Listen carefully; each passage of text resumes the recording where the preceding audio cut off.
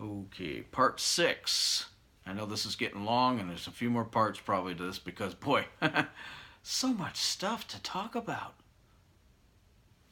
The Clinton crime family.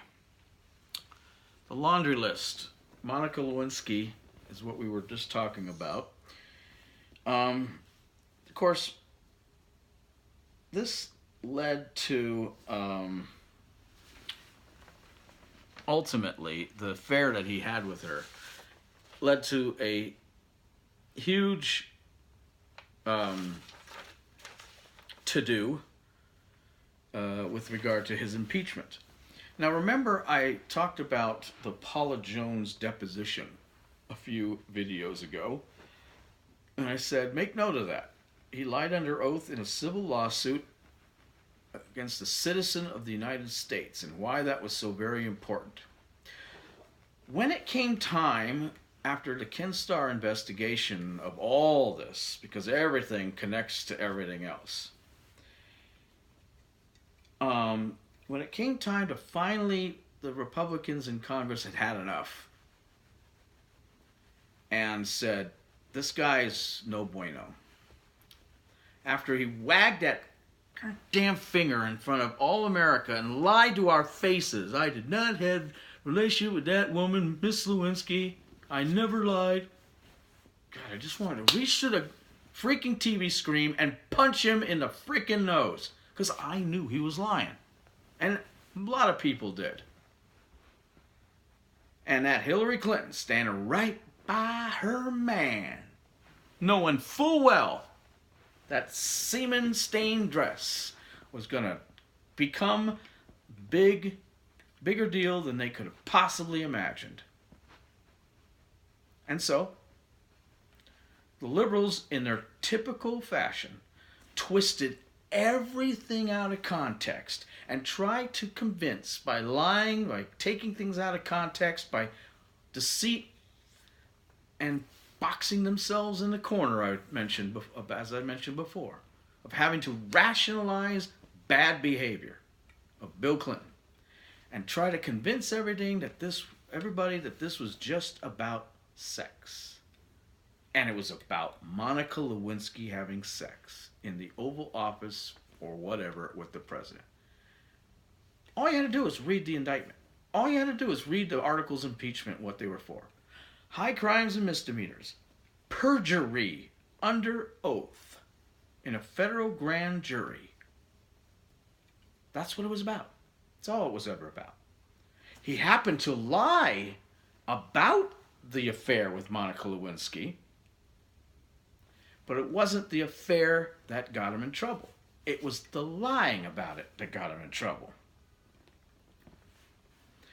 And that's got to be historically very, very clear. Makes all the difference. The Senate somehow miraculously, on a totally different planet, could not find the balls to indict him and kick him out of office. So he remained only the second president ever impeached, and he remained in office.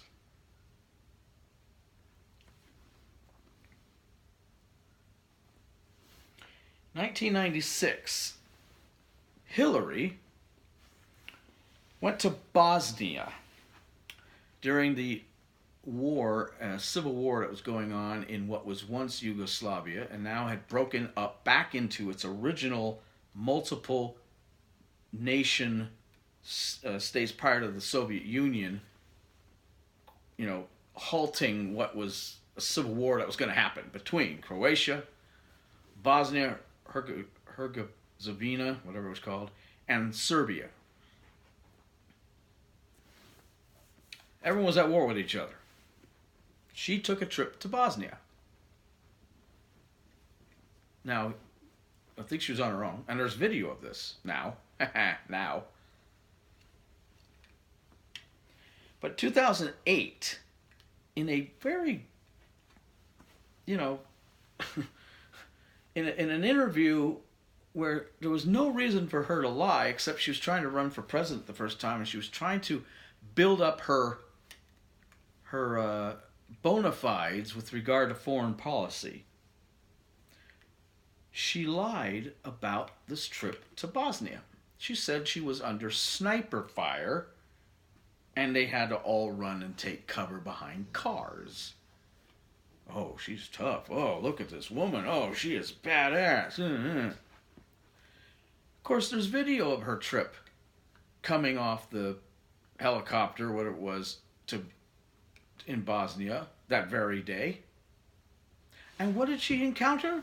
Did she encounter gunfire or snipers or anything of the sort? No.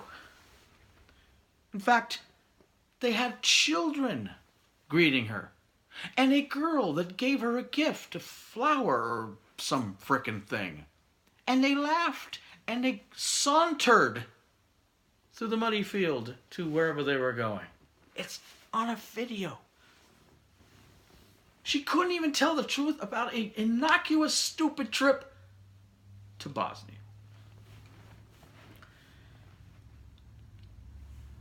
Now, I put that in the chronology of when she went to Bosnia as opposed to when she lied about it. Just so we have our time frames square. In 1996, there was also the fourth gate in the series of gates. This one, a little bit more egregious than Travelgate. This one actually criminal. This gate was ultimately called Filegate. What was Filegate? This scandal involved the FBI. Ooh, there's the FBI again. Who ended up getting the dirt, or getting files, I should say, on Clinton enemies so that they can check up on them, trying to find dirt on them. Now, before I go any further, I want to remind everybody that the liberals were bent into pretzels when Richard Nixon was found to have an enemies list. When he, because of his paranoia and his hatred of the media and other problems that he had, psychological paranoia, whatever the thing was, he created an enemies list. People to watch, people he didn't like, people he didn't trust, whatever. And they didn't like that idea. A lot of people in the media were on it. A lot of Democrats were on it. Now here we have the Clintons doing the same thing, but on steroids, taking it way too far. This time they involve the FBI, who are accessing files on people, creating files on people that the Clintons decide need to be watched. Organizations that were right-wing, media outlets, alternative media outlets that were right-wing, people that were right-wing, donors of the Republican Party and Republican candidates, under surveillance and kept in files,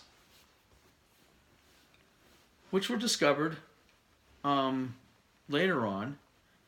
And again, there's no warrant for these people to be surveilled. There's no court order for these people to be surveilled. And yet the Clintons walk, or Bill Clinton in this case, scot-freaking free. And amazingly, on top of all that, a lot of people suddenly had IRS audits, and numerous ones sequentially, people who hadn't had any or very few, and then all of a sudden, boom, boom, boom. Every year, suddenly the IRS is weaponized against right-wingers. Now, Barack Obama might have got his butt in a ringer, and Lois Lerner and the rest of those idiots over at the IRS during his tenure, when they did the same thing. But Bill Clinton, not the first, but he made it a total dog and pony show, and he got away with it.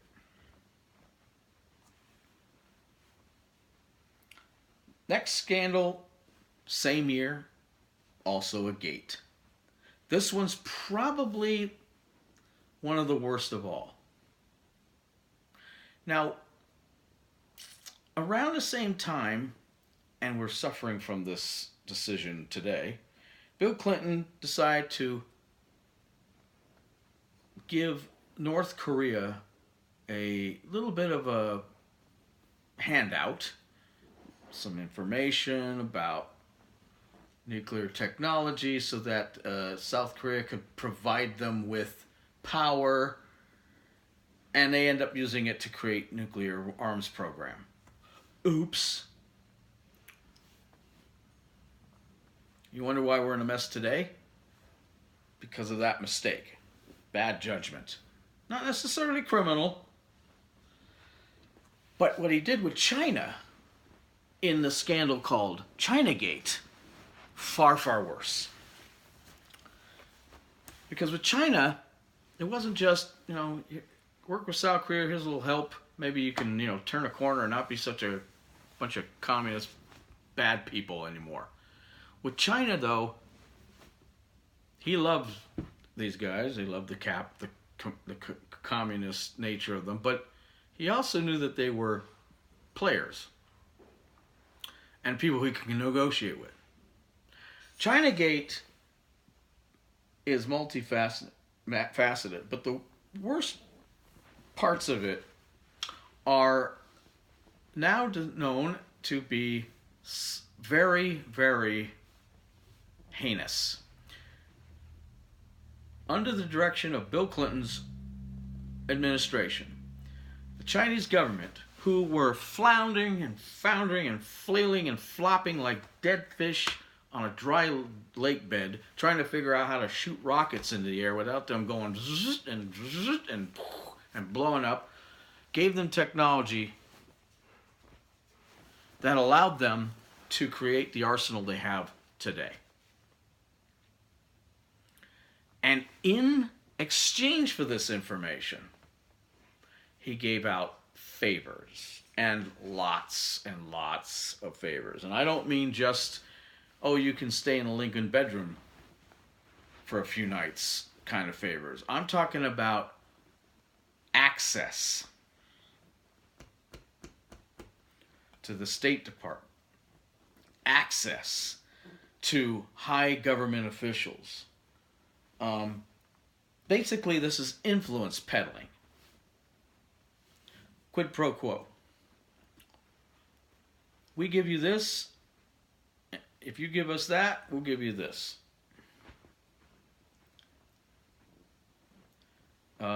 Certain connections to American banks were made, and it goes on and on. It's too much to talk about in this video without this becoming a novel-length deal.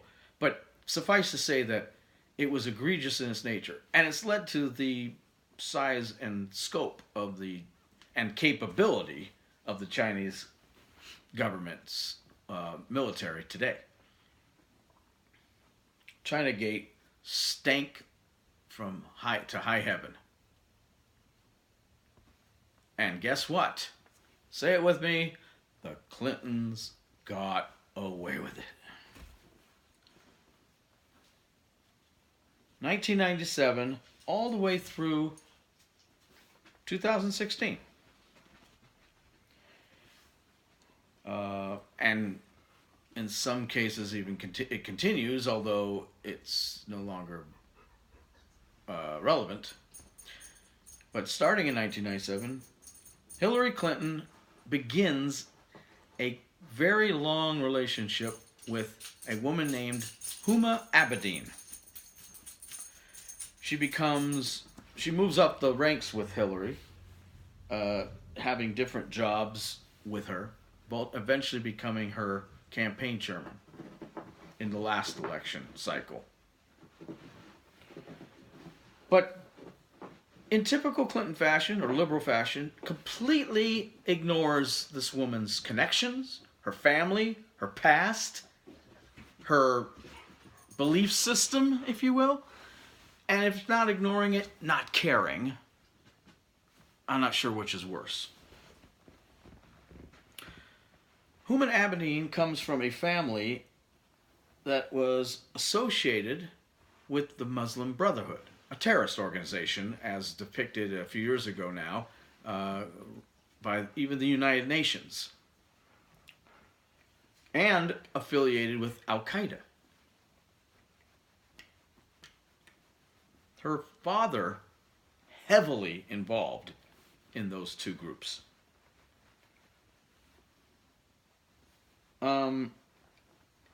Eventually, the Muslim Brotherhood, for instance, ended up being involved in a coup in Egypt to take out basically what was a friend of the United States, and they, by force and violence, were put in its place. And the liberals and Hillary, as the Secretary of State at the time, praised the Muslim Brotherhood as these peaceful, whatever group that just wants something better for Egypt and blah, blah, blah, probably at Huma Abedin's help or advice. And of course, within a year, they're kicked out for the terrorists that they are, finding that they did all sorts of nasty things to the people who were in charge before them, and they had to be replaced with another guy. Again, bad judgment, but associations may be not something you should ever, condemn anyone for. But people are judged by the friends they keep and the company they keep. Huma Abedin, of course, married to the other libidinous moron, Anthony Weiner. And it just turns out, just this month, that after years of speculation and discussion about how they're going to get divorced after he sends sex or texts of his body parts to young girls, that they're actually going to not get divorced after all. Another marriage of convenience? I don't know. What does he bring to the table? He's done. Not really sure. So, two women married to sexual predators who don't get divorced from them in order to maintain their power. No wonder they're friends. In 1998, in 1998 is when Bill Clinton, by the way, committed the perjury in the Paul Jones case. I was mentioning Paul Jones back in 1991, but the lawsuit didn't come until 1997-98. It was in 98 when he had the deposition. So chronologically, this was after. Between the time he had the affair with Lewinsky and the time he was impeached is when this occurred. By the way, Bill Clinton also was disbarred for 5 years. Now, why would a president need to be practicing law anyway? Well, he didn't. So disbarment was that. He also might have gotten a stern talking to. Just saying. Let's jump ahead to 2000 and the presidential race between Al Gore, and George W. Bush.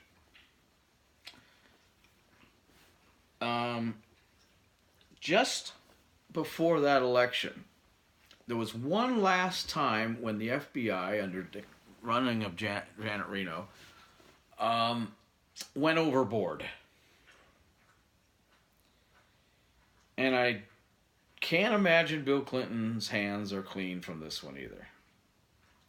And we'll discuss that little episode, one of the final ones during his presidency, in part 7. We will see you then.